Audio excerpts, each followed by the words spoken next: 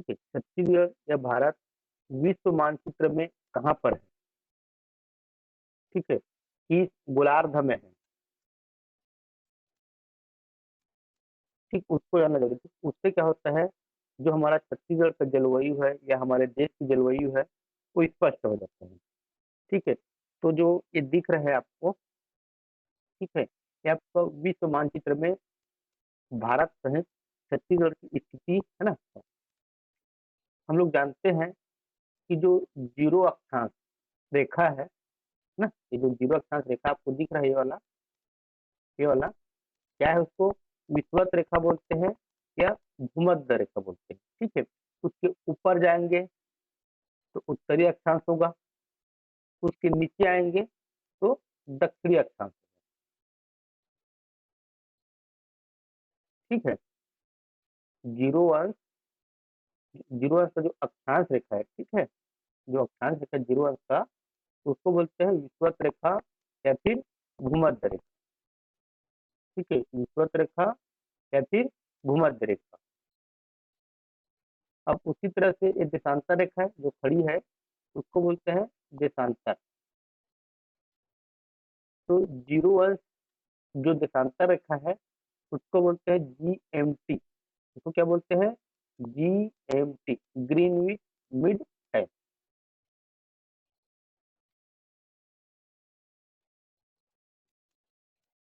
ठीक है, अब इसके इस साइड जाएंगे तो इस साइड को क्या बोलेंगे?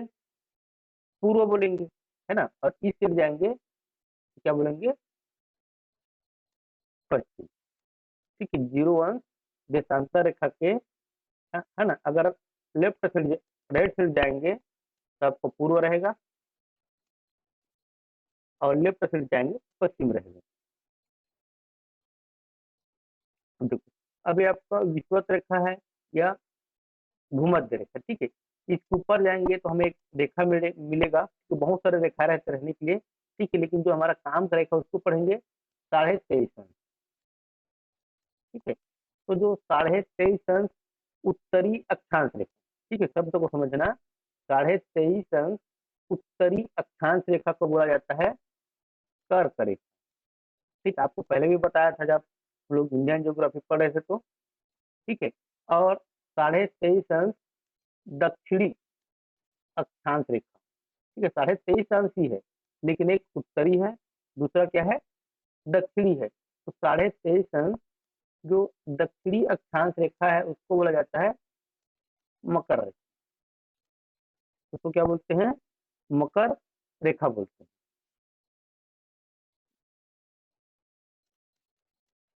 ठीक है, 23.5 अंश उत्तरी अक्षांश रेखा को बोलेंगे कर्क, 23.5 अंश दक्षिणी अक्षांश रेखा को बोलेंगे मकर रेखा।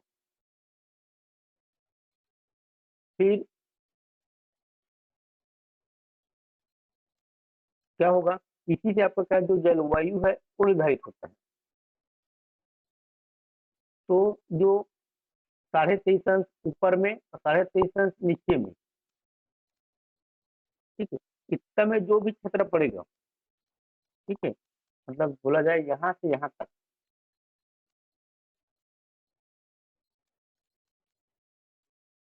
क्या रहेगा, यहाँ पर गर्मी ज्यादा रहेगा। ठीक है, गर्मी ज्यादा रहेगा मतलब यहाँ पे कौन से क्षेत्र में आएंगे? उष्ण कटिबंधीय क्षेत्र में आएंगे। ठीक है, यहाँ पर पूरे साल भर गर्मी पड़ती है। ठीक है, इस क्षेत्र में निवास करने वाले जो व्यक्ति रहते हैं उनका रंग क्या होगा? काला होगा। ठीक है, क्योंकि साल भर गर्मी पड़ेगा, साल भर गर्मी पड़ेगा तो शरीर उसके हिसाब से क्या होता है? विकास होता है। ठीक है, गर्मी को सहने के लिए। ठीक है, तो 23.5 अंश उत्तर में और 23.5 अंश दक्षिण में, ठीक, उसके बीच में जितने भी लोग निवास करते हैं, ठीक है, या जितने भी देश आते हैं, उस क्षेत्र के व्यक्ति का रंग क्या रहेगा? काला रहेगा। ठीक, काला क्यों रहेगा? क्योंकि वह क्षेत्र क्या है? उष्ण कटिबंधीय क्षेत्र में आएगा।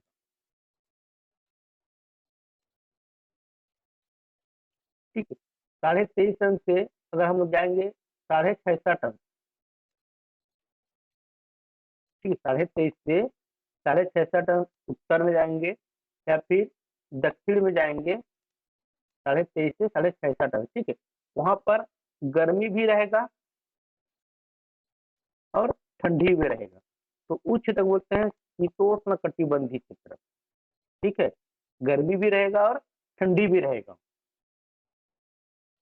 ठीक है। तो उस क्षेत्र को क्या बोलेंगे? शीतोष्ण कटिबंधीय क्षेत्र। अब उसके आगे जाएंगे, ठीक है, 23.5 से इधर आएंगे तो 0 हो जाएगा, फिर उधर जाएंगे तो हो जाएगा, ठीक है। फिर आगे जाएंगे तो क्या होगा? पूरा ठंडा बर्फ, बर्फ की चादर से ढका रहेगा, तो उस क्षेत्र को क्या बोलेंगे? शीतो, है ना, शीत कटिबंधीय क्षेत्र, ठीक है। ठंडी इलाकों को क्या बोलते हैं? शीत, ठीक, जहाँ पर बर्फ जमता है। उत्तर क्या रहता है? तापमान कम रहता है, इसको क्या बोलेंगे? शीत कटिबंधीय क्षेत्र, ठीक है। ये ध्रुवों पर रहता है, ठीक है। वहां पर क्या रहता है? जो सूर्य प्रकाश है, ठीक है, 6 महीने में एक बार पड़ेगा, तो 6 महीना नहीं पड़ता है, तो इसके कारण क्या होता है? वहां पर ठंडी बहुत रहता है। देखो, अब भारत में हम लोग जब पढ़ रहे थे भारत में, तो भारत को दो बराबर भागों में विभाजित करता है कर्क रेखा, है ना। कर्क रेखा क्या करता है? देखो, ये बनाया हूँ भारत का छोटा सा डिब्बा टाइप में, ठीक, ये अपना भारत है। तो भारत को दो बराबर भागों में विभाजित करता है कौन सी रेखा? कर्क रेखा, है ना। कर्क रेखा क्या करती है? भारत को दो बराबर भागों में विभाजित करता है, मतलब भारत आपको उष्ण कटिबंधीय क्षेत्र में भी आएगा और शीत उष्ण कटिबंधीय क्षेत्र में भी आएगा, ठीक है। इसी वजह से अगर आप दक्षिण में जाओगे, अभी आप दक्षिण में जाओ, आपको क्या लगेगा? गर्मी का सीजन लगेगा, ठीक है। अगर आप दिल्ली से चले गए, ठीक है, या जम्मू कश्मीर लद्दाख चले गए, ठीक है, वहां पर क्या हो जाएगा? बर्फ का चादर ढकना चालू हो गया है, ठीक है। इसी वजह से ठीक उष्ण कटिबंधीय क्षेत्र में आएगा तो गर्मी रहेगा, और शीतोष्ण कटिबंधीय क्षेत्र में जाएंगे तो ठंडी, मतलब दोनों दिखेगा यहाँ पर आपको। गर्मी भी दिखेगा भारत में, ठंडी भी दिखेगा। और अपना छत्तीसगढ़ भी भारत का ही एक राज्य है, ठीक है। तो इसके उत्तरी क्षेत्र में, ठीक है, उत्तरी क्षेत्र में गुजरा है कर्क रेखा, है ना, उत्तरी क्षेत्र में गुजरा है ना कर्क रेखा, तो उत्तरी क्षेत्र में भी ठंड चालू हो गया है ना। अभी इधर क्या है? उतना ठंड चालू नहीं हुआ है, जैसे कि दक्षिणी क्षेत्र, एकदम से दक्षिणी क्षेत्र में तो हम लोग मध्य में आते हैं, ठीक, जैसे रायगढ़ हो गया, बिलासपुर हो गया, रायपुर हो गया, ठीक है, ये आपका मध्य में आएगा। तो मध्य में आएगा तो अभी यहाँ पर गर्मी भी है और ठंडी भी है, दोनों है, ठीक है। लेकिन अगर हम लोग जाएंगे कोरिया, सूरजपुर, सरगुजा, बलरामपुर, उधर क्या हो गया है? ठंडी चालू हो गया है ना। तो ये आपका निर्धारण करता है, ठीक है, कि कितना, है ना, गर्मी किधर रहेगा, ठंडी किधर रहेगा। समझ में आया? चलिए, तो आगे देखते हैं छत्तीसगढ़ की जलवायु। तो छत्तीसगढ़ की जो जलवायु है उसको अलग अलग नामों से जानते हैं, ठीक है, अलग अलग नामों से जानते हैं, और चारों नाम सही भी है। तो क्या है भाई अलग अलग नाम? तो क्या बोलते हैं? मानसूनी जलवायु बोलते हैं। क्या बोलते हैं? मानसूनी जलवायु, मतलब ये वर्षा, ये वर्षा के लिए है, ठीक है। जो जलवायु क्या है, मानसूनी जलवायु पढ़ रहे हैं, वर्षा के लिए, ठीक है। जब तक मानसून नहीं आएगा तब तक वर्षा नहीं होगी, ठीक है। छत्तीसगढ़ में जब तक मानसून नहीं आएगा तब तक वर्षा नहीं होगी, ठीक है। तो किस प्रकार की जलवायु है? वर्षा की दृष्टि से देखा जाए तो मानसूनी जलवायु है,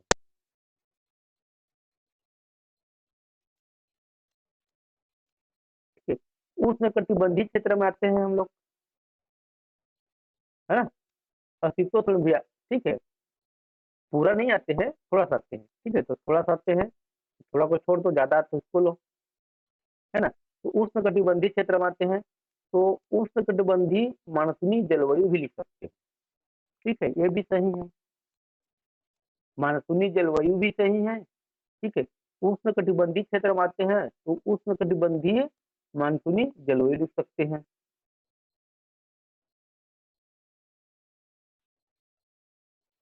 ठीक है, शुष्क भी रहता है और आर्द्र भी रहता है। ठीक है, शुष्क भी रहता है और आर्द्र भी, ठीक है। तो शुष्क उपाद्र जलवायु भी बोल सकते हो छत्तीसगढ़ की जलवायु को। क्या बोल सकते हैं? शुष्क उपाद्र जलवायु।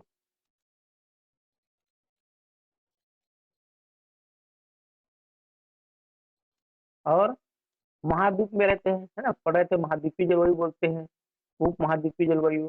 ठीक है, तो क्या बोल सकते हो? उपाद्र महाद्वीपीय जलवायु, ये भी बोल सकते हो।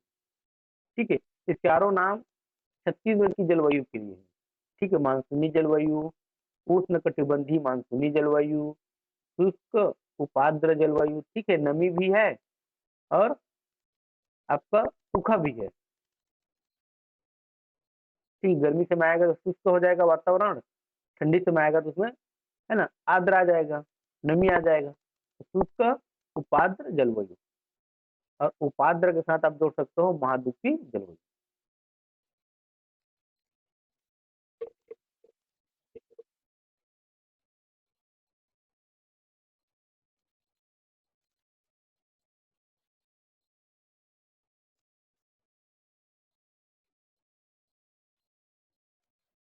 ठीक है, और जो छत्तीसगढ़ में तीन ऋतुएं, छत्तीसगढ़ में तीन ऋतुएं स्पष्ट रूप से हमें दिखाई देता है। ठीक है, छत्तीसगढ़ में तीन ऋतुएं स्पष्ट रूप से दिखाई देता है, तो तीन ऋतुओं को पढ़ेंगे। ठीक है, ग्रीष्म ऋतु, वर्षा ऋतु और शीत ऋतु। ठीक है, अभी कौन सा ऋतु चल रहा है? तो शीत ऋतु चल रहा है ना। तो ग्रीष्म ऋतु, वर्षा ऋतु, शीत ऋतु। ठीक है, अभी जो मौसम है छत्तीसगढ़ में शीत ऋतु का है। ठीक है, ठंड लग रहा है मतलब शीत ऋतु का मौसम है। तो देखो, ग्रीष्म ऋतु में होता क्या है? तो ग्रीष्म ऋतु में जो औसत वार्षिक तापमान छत्तीसगढ़ का देखा जाए, औसत वार्षिक तापमान 20 से 35 अंश सेंटीग्रेड रहता है। ठीक है, मिनिमम 20 रहेगा और अधिकतम 35 अंश सेंटीग्रेड औसत वार्षिक तापमान ग्रीष्म ऋतु, गर्मी समय में। और ग्रीष्म ऋतु का अवधि कब से चालू होता है? तो गर्मी कब से लगना प्रारंभ हो जाता है? तो फरवरी के मध्य। ठीक है, मतलब 16 फरवरी से 15 जून तक। ठीक है, जब तक मानसून ना आए तब तक। ठीक है, 15 जून तक मानते हैं कि 15 जून के बाद मानसून आ जाता है। तो 16 फरवरी से 15 जून तक चलता है ग्रीष्म ऋतु।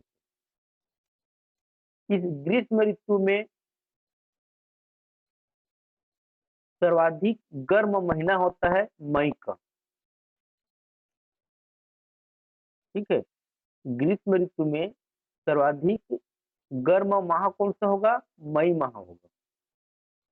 ठीक है, जो मई माह है सर्वाधिक गर्म महीना है ग्रीष्म ऋतु का। और सर्वाधिक गर्म स्थान है चांपा। ठीक है, जगह में देखा जाए तो चांपा। ठीक है, और सर्वाधिक औसत तापमान देखा जाए, ठीक है, औसत तापमान, औसत एवरेज निकालेंगे तो जांजगीर चांपा जिला और रायगढ़ सर्वाधिक औसत तापमान। ठीक है, जिले में। और ग्रीष्म ऋतु में जो चलने वाली गर्म हवा रहता है, ठीक है, ग्रीष्म ऋतु में जो चलने वाली हवा रहता है गर्म रहता है। ठीक है, गर्म रहता है तो उसको स्थानीय भाषा में क्या बोलते हैं? लू। ठीक है, गर्म हवा को क्या बोलते हैं छत्तीसगढ़ में? लू बोलते हैं। फिर उसके बाद आएंगे वर्षा ऋतु। ठीक है, तो वर्षा ऋतु में आएंगे तो छत्तीसगढ़ का औसत वार्षिक वर्षा, छत्तीसगढ़ का औसत वार्षिक वर्षा होगा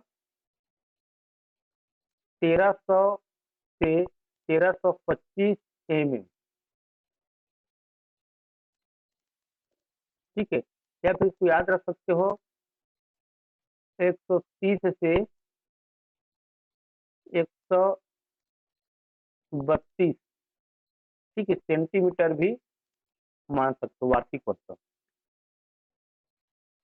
ठीक है, सेंटीमीटर में दिएगा तो सेंटीमीटर, और एमएम में दिया रहेगा तो एमएम, मिलीमीटर। ठीक, एमएम मतलब मिलीमीटर। ठीक, जिसमें मापेंगे, है ना।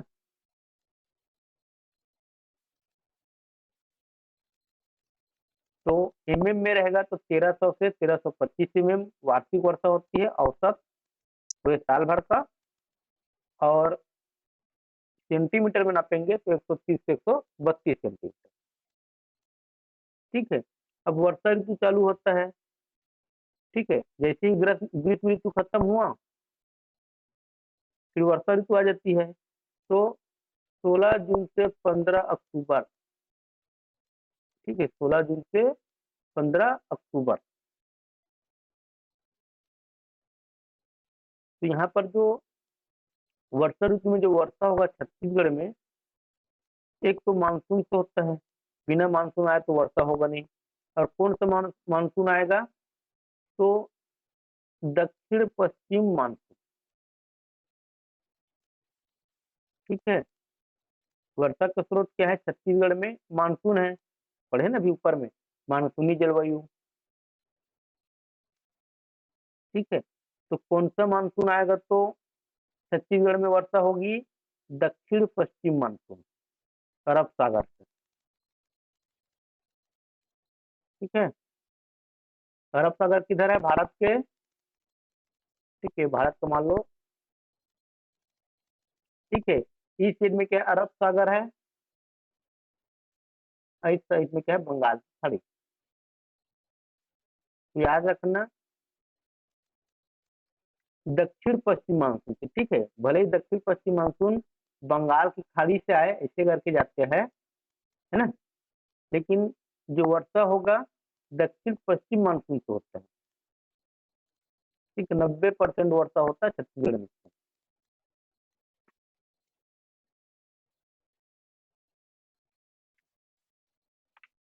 याद रहेगा। ठीक है, तो पूछेंगे, पूछ लेते हैं, किस मानसून से छत्तीसगढ़ में सर्वाधिक वर्षा होगी, तो दक्षिण पश्चिम मानसून।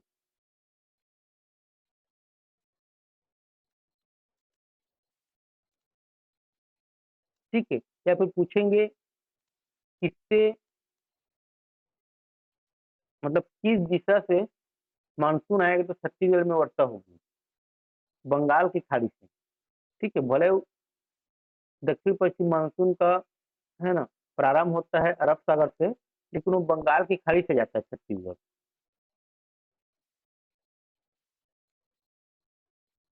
ठीक है, 90% वर्षा होगी दक्षिण पश्चिम मानसून से। और सर्वाधिक वर्षा वाला क्षेत्र है छत्तीसगढ़ में अबूझमाड़, हम लोग देखे थे। अबूझमाड़ के बारे में जब पढ़ रहे थे तो 187 सेंटीमीटर वार्षिक वर्षा होती है छत्तीसगढ़ में। 187 सेंटीमीटर वार्षिक वर्षा होती है अबूझमाड़ क्षेत्र में। ठीक है, जो छत्तीसगढ़ का सर्वाधिक वर्षा वाला क्षेत्र है। ठीक है, जिसको छत्तीसगढ़ का क्या बोलते हैं, चेरापूंजी बोलते हैं, है ना। फिर सर्वाधिक औसत वर्षा वाला जिला, है ना, देखे भी थे हम लोग, जसपुर। सर्वाधिक औसत वर्षा वाला जिला जसपुर, कितना था,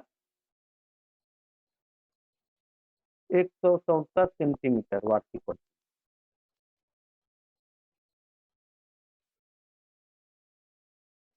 नहीं नहीं, 172 नहीं था, 167 था। ठीक है, सर्वाधिक औसत वर्षा वाला जिला जसपुर। ठीक है, न्यूनतम औसत वर्षा वाला जिला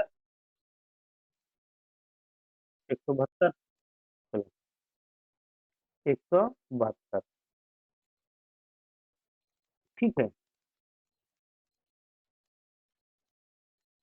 सर्वाधिक औसत वर्षा वाला जिला है ना, जयपुर। फिर न्यूनतम औसत वर्षा वाला जिला कवर्धा। ठीक है, जिसकी प्रदेश में आता है कवर्धा, जिसके कारण यहाँ पर न्यूनतम वर्षा होता है। ठीक है, देखो, बंगाल की खाड़ी से जो मानसून आता है ना, उससे 90% वर्षा होती है। अभी मैं बताया, देखो, मानसून का जो उद्भव रहा है अरब सागर से हो रहा है, तो अरब सागर से जो मानसून आएगा उससे 10% ही वर्षा होगा।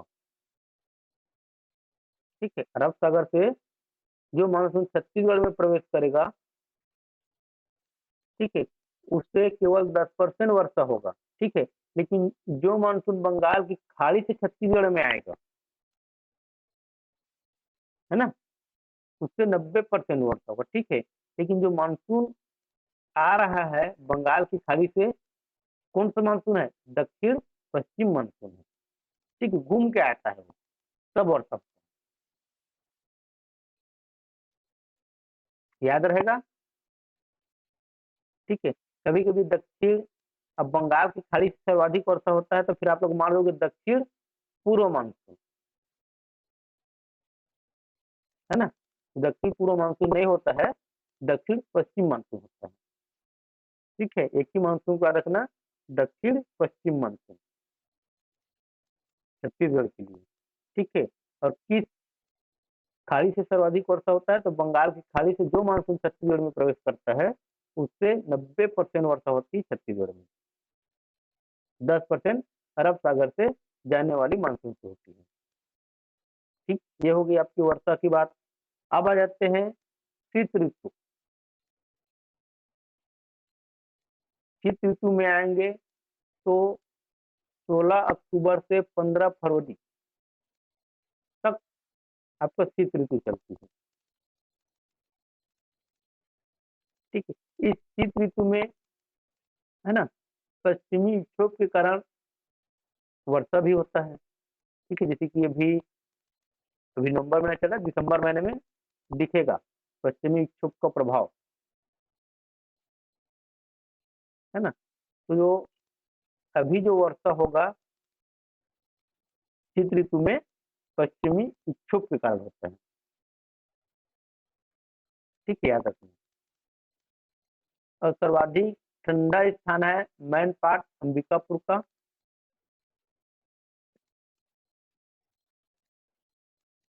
ठीक है, सर्वाधिक ठंडा स्थान। और सर्वाधिक ठंडा माह है दिसंबर। ठीक है, महीने में दिसंबर, स्थान में मैनपाट।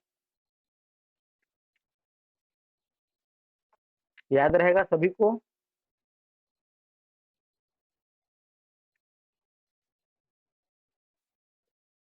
कि नहीं रहेगा? ठीक है, तो इस तरह से आप लोगों का जो जलवायु है खत्म हो जाता है। ठीक है, किसी को कुछ समस्या है जलवायु में तो पूछ सकते हो।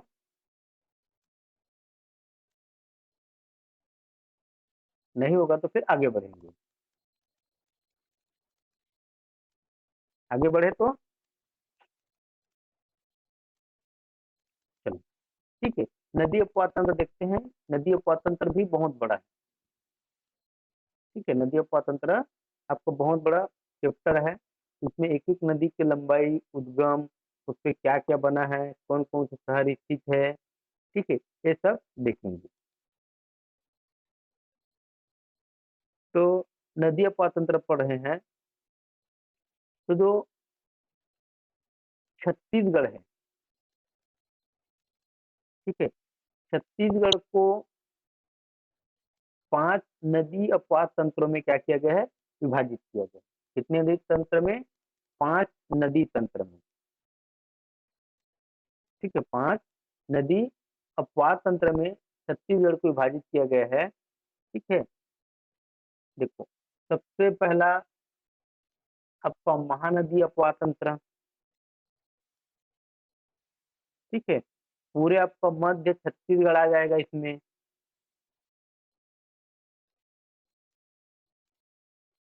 दूसरा आपका गोदावरी अपवाद तंत्र, है ना, जिसमें आपको पूरा बस्तर संभाग आ जाएगा।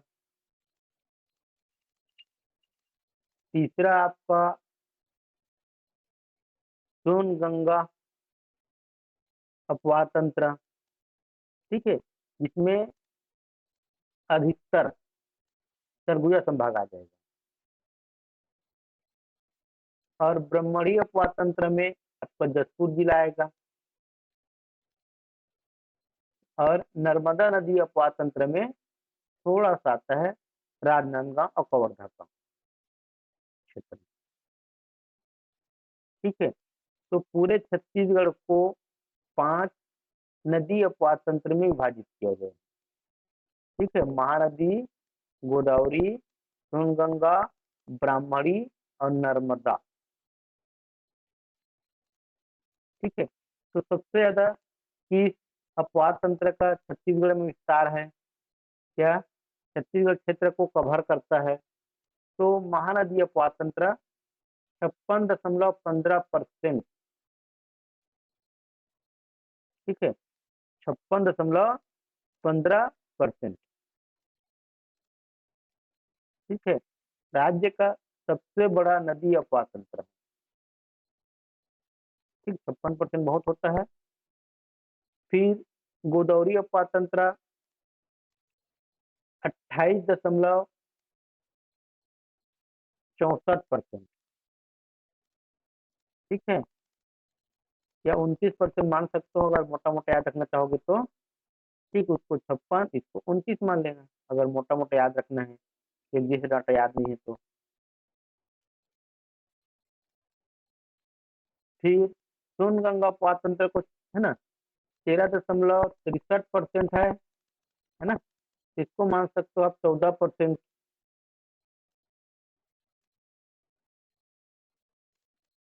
फिर ब्रह्मणी अपवाद तंत्र है 1.03%।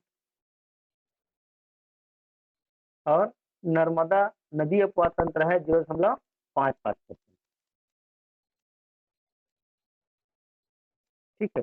तो सबसे छोटा अपवाद तंत्र हो गया आपका नर्मदा नदी अपवाद तंत्र, और सबसे बड़ा अपवाद तंत्र हो गया आपका महानदी अपवाद तंत्र,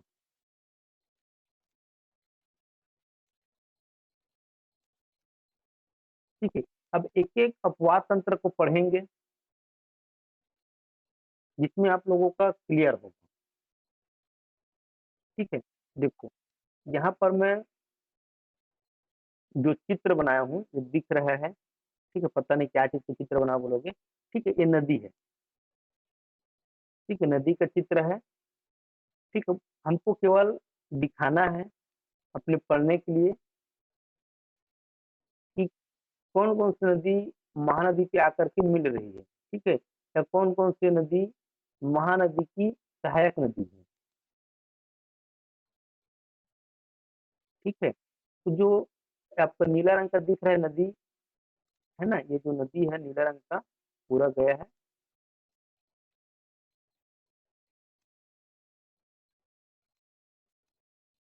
क्या है, महानदी, ठीक है। अब महानदी अपवाद तंत्र पढ़ रहे हैं, तो महानदी अपवाद तंत्र में जो मुख्य नदी है ना, आपकी क्या है, महानदी है।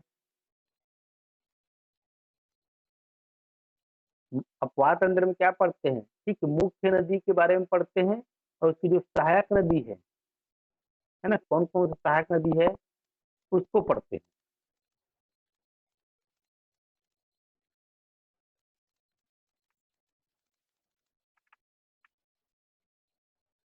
ठीक है। तो याद रहेगा। तो एग्जाम में जो पूछा जाता है, ठीक है, महानदी की उत्तर की ओर से सहायक नदी, महानदी की दक्षिण की ओर से सहायक नदी कौन कौन से हैं, है ना, ये पूछते हैं। तो देखो, इसको याद करना है, तो सबसे पहले हम लोग दक्षिण की ओर जो सहायक नदी है महानदी की उसको देखते हैं, ठीक है। ये जो दिख रहा है डी, ये आपको क्या है, दूध नदी है, ठीक है। फिर ये जो दिख रहा है ये वाला जो नदी, कलर चेंज कर लेता हूँ तो आपको भी दिखेगा।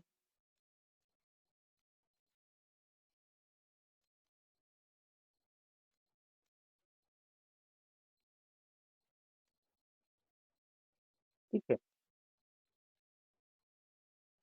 ये जो दिख रहा है आपका सिलियारी नदी है, ये वाला।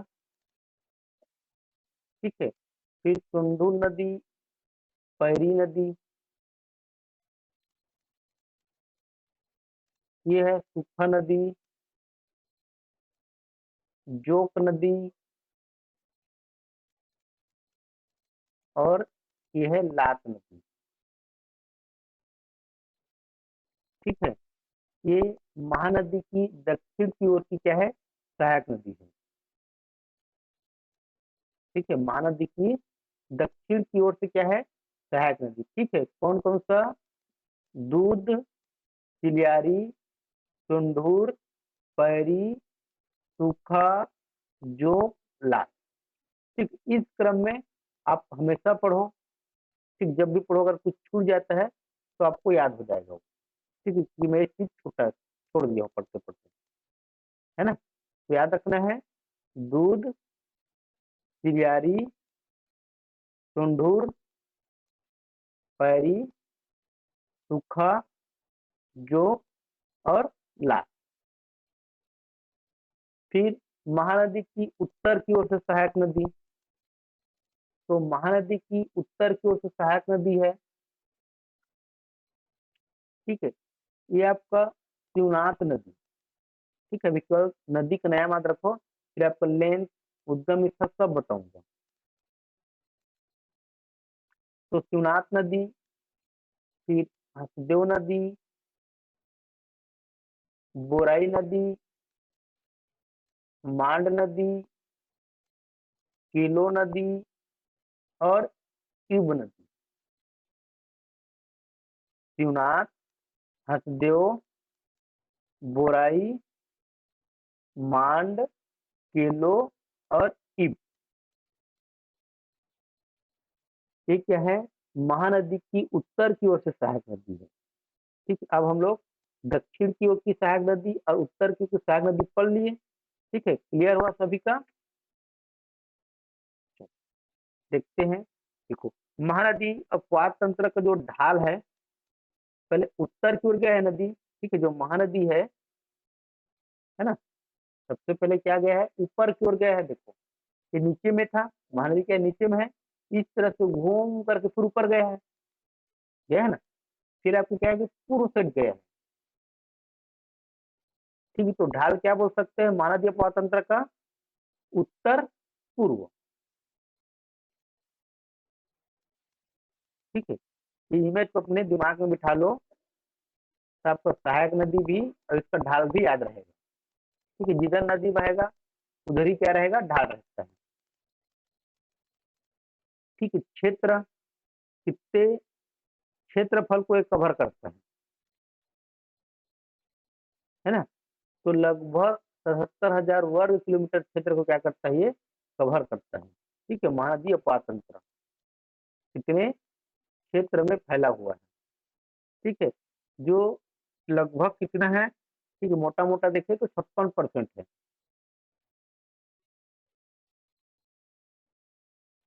अब महानदी उपवाद तंत्र में मुख्य नदी है महानदी।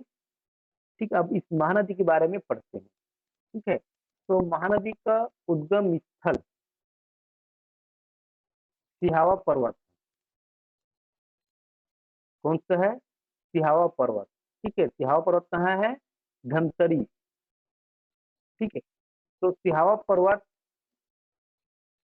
के पास एक फसिया नामक जगह है, वहां से महानदी निकली है। ठीक है, महानदी की कुल लंबाई देखेंगे, टोटल लेंथ देखेंगे तो 858 किलोमीटर है, पूरे छत्तीसगढ़ से पूरे भारत में। ठीक है, अगर छत्तीसगढ़ में इसकी लंबाई देखेंगे तो 286 किलोमीटर है।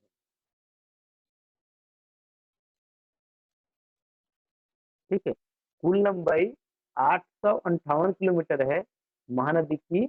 और छत्तीसगढ़ में कुल लंबाई पूछेंगे, छत्तीसगढ़ में महानदी की लंबाई पूछेंगे तो 286 किलोमीटर। और कहाँ जाकर के विसर्जन हो जाती है, तो बंगाल की खाड़ी में। कहाँ जाकर के, बंगाल की खाड़ी। ठीक है, पूर्व साइड में क्या है, बंगाल की खाड़ी है।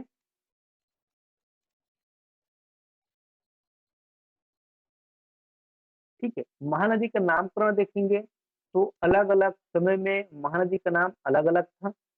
ठीक है, प्राचीन समय में महानदी को बोला जाते थे कनक नंदनी। ठीक है, एग्जाम में पूछा जाता है महानदी का नामकरण को। ठीक है, अलग अलग काल में अलग अलग इसका नाम था। ठीक है, महानदी ही इसका नाम नहीं है। ठीक है, अलग अलग काल में अलग अलग पड़ा।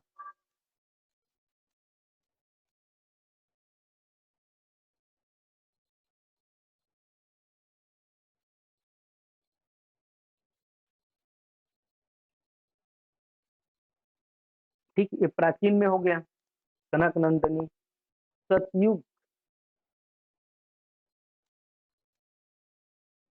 या फिर वायु पुराण। ठीक है, तो वायु क्या रहता है, नीला रहता है, तो नीलोत्पला। ठीक है, वायु क्या रहता है, नीला रहता है। ठीक है, तो सतयुग में या फिर वायु पुराण में नीलोत्पला का नाम से जाना जाता है।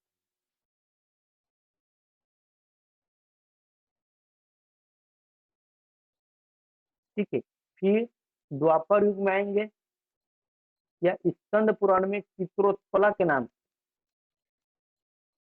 ठीक है, नीलोत्पला, चित्रोत्पला।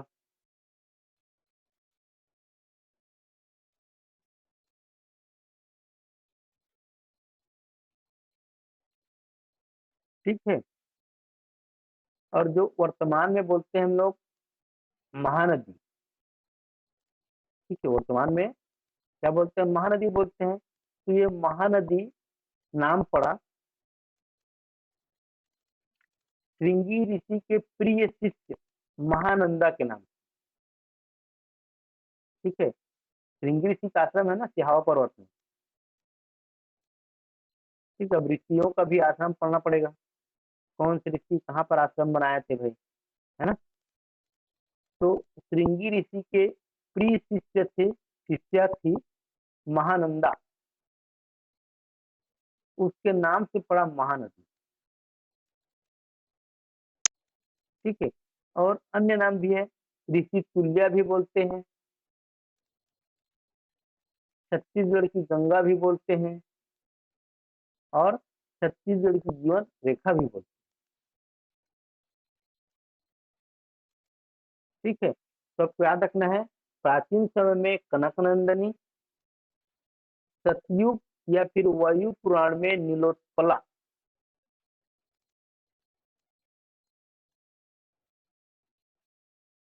द्वापर युग या स्कंद पुराण में चित्रोत्पला, और वर्तमान में महानदी, ऋषि तुल्य भी बोलते हैं, छत्तीसगढ़ की गंगा भी बोलते हैं। ठीक है, छत्तीसगढ़ की जीवन रेखा भी बोलते हैं। ठीक, इसकी सहायक नदी को तो देख लिए थे। ठीक है, उत्तर की ओर से दक्षिण की ओर से सहायक नदी, किसको और बताने की जरूरत नहीं है। ठीक है, देखो सबसे बड़ी सहायक नदी है महानदी की शिवनाथ नदी। ठीक है, एग्जाम में पूछा जाता है महानदी की सबसे बड़ी सहायक नदी कौन सी है, तो याद रखना है शिवनाथ। 290 किलोमीटर है शिवनाथ नदी की लंबाई। ठीक है, आगे शिवनाथ नदी के बारे में पढ़ेंगे। ठीक है, बस वक्त यहाँ पे याद रखना महानदी की सबसे बड़ी सहायक नदी कौन सी है। महानदी के तट पर स्थित शहर। ठीक है, महानदी के तट पर स्थित शहर है, देखो ये आपका राजिम है। ठीक है, सिरपुर है, पलारी है, शिवरी नारायण है, और ये चंद्र। ठीक है।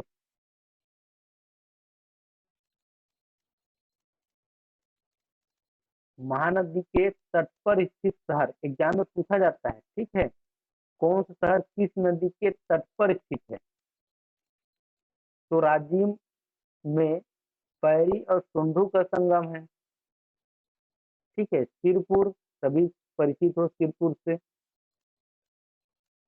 पलारी, ठीक, बलौदा बाजार जिले में पड़ेगा। शिवरी नारायण, ठीक है, शिवनाथ नदी और जोक नदी के संगम पर स्थित है ना। मतलब महानदी भी है, महानदी, शिवनाथ नदी और जोग नदी तीनों के संगम पर।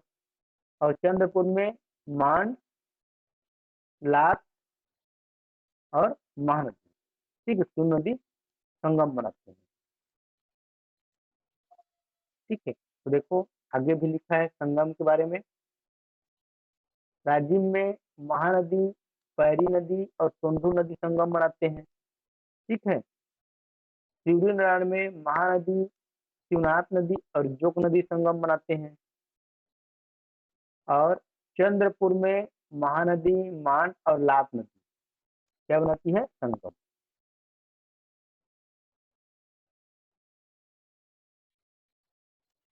अब इस महानदी, ठीक है, कितने जिलों से होकर के गुजरती है? ठीक है, जो महानदी है कितने जिलों से होकर के गुजरती है? कभी कभी ये भी एग्जाम में पूछा जाता है। निकलती है धमतरी से,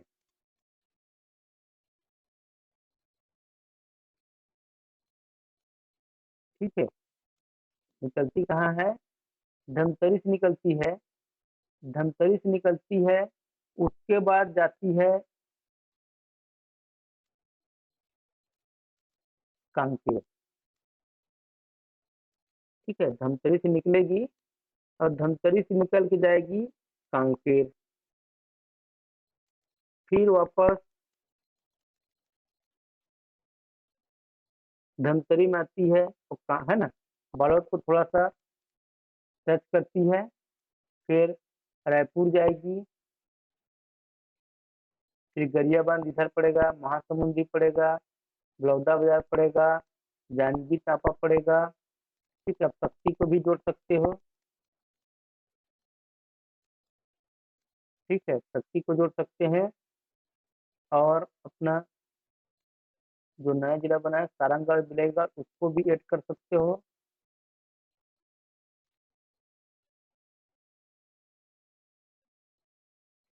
ठीक है। सारंगगढ़, बिलेगढ़। और रायगढ़ में,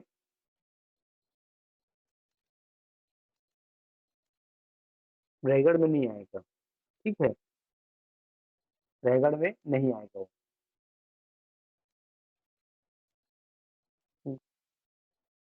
रायगढ़ में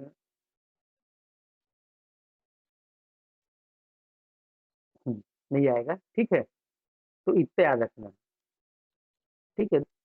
धमतरी से निकलेगी, कांकेर आएगी, फिर बालोद, फिर रायपुर, फिर गरियाबंद, फिर महासमुंद, फिर बलौदा बाजार, फिर जांजगीर चांपा, शक्ति और सारंगगढ़ बिलेगढ़ होते हुए छत्तीसगढ़ से बाहर निकल जाती है, ठीक है। तो कितना जिला हो गया? एक जिला बढ़ा, मतलब 10 जिलों से होकर के गुजरती है महानदी, ठीक है। बैराज देखेंगे तो महानदी पर 6 बैराज, ठीक है। महानदी पर कितने बैराज है? ठीक है। सबसे ज्यादा तो आपका जांजगीर चांपा जिले पर है बैराज, ठीक है। तो याद रखना, सिवरी नारायण में है बैराज, बसंतपुर बैराज है, साराडी बैराज है, मिरौनी बैराज है, कलमा बैराज है, ठीक है। बैराज से एग्जाम में क्वेश्चन पूछा जाता है, ठीक है। सिवरी नारायण, बसंतपुर, साराडी, मिरौनी और कलमा, ठीक है। ये पांचों बैराज जांजगीर चांपा जिला में, ठीक है, पांचों बैराज जो है जांजगीर चांपा जिला में पड़ेगा। ठीक है, एक बार सलमा बैराज को पूछ चुका है एग्जाम में। फिर जयपुर में है एक समोदा बैराज। जयपुर में क्या है? एक समोदा बैराज। ठीक है, नदी पुल देखेंगे तो नदी पुल है, छत्तीसगढ़ का सबसे लंबा नदी पुल है। छत्तीसगढ़ का सबसे बड़ा नदी पुल या सबसे लंबा नदी पुल है, नदी गांव और सूरजगढ़ के बीच में। ठीक है, नदी गांव और सूरजगढ़ के बीच में। ठीक है, जिसका नामकरण किया गया है उस पुल का स्वर्गीय दिलीप सिंह जूदेव सेतु के नाम से। स्वर्गीय दिलीप सिंह जूदेव सेतु के नाम से उसका नामकरण किया गया है। ठीक है, जिसकी लंबाई है 1830 मीटर लंबा है पुल। ठीक है, कितना है? 1830 मीटर लंबा। ठीक है, फिर महानदी पर जो परियोजना चल रही है, ठीक है, जैसे कि रुद्री बैराज है, दुधवा जलाशय है, गंगरेल है ना, या रविशंकर जलाशय। ठीक, तो ये महानदी पर है। क्या है? महानदी पर। तो जो रुद्री बैराज धमतरी में है, रुद्री बैराज कहाँ है? धमतरी में, जो बना था 1912 में, महानदी पर। फिर दुधवा जलाशय दूध नदी पर नहीं है, महानदी पर है, 1963 में बना था, धमतरी में। 1912 फिर 1963 दुधवा जलाशय। फिर गंगरेल या रविशंकर जलाशय जिसका नामकरण है ना, 1979 में धमतरी में। ठीक है, और बांध है, ठीक है, हीराकुंड बांध, संबलपुर के पास, कटक, उड़ीसा में। ठीक है, सस्पेंशन ब्रिज है राजिम में। ठीक है, सस्पेंशन ब्रिज राजिम में है, महानदी पर।